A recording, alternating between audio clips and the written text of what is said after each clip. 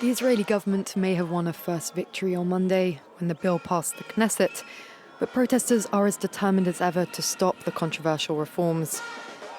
Now in their 30th week straight of street demonstrations, they decry the plan to drastically overhaul the judicial system as a threat to their country's democracy. We will not stop. It will take us a month, a year, 5 years. We will never give up until the end. Israel will be a democracy. We will not let them continue with the judicial overhaul. The passing of this draconic law will not stand the Supreme Court, and we have trust in the Supreme Court to cancel this law. The bill passed Monday limits the reasonableness clause used by the Supreme Court to overturn government decisions which the judges deem unconstitutional.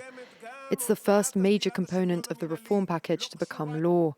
Other proposals include allowing the government a greater say in the appointment of judges. Opposition to the reforms come from across the Israeli political spectrum, and they've triggered a national 7-month standoff, one of the biggest protest movements in Israel's history. But in an interview on Thursday, Prime Minister Benjamin Netanyahu defended his government's actions. We have the most activist judicial court on the planet, and it's arrogated for itself powers from the government, from the executive, and the legislative branches. So we're trying to correct it. It's described as the end of Israeli democracy. I think that's silly.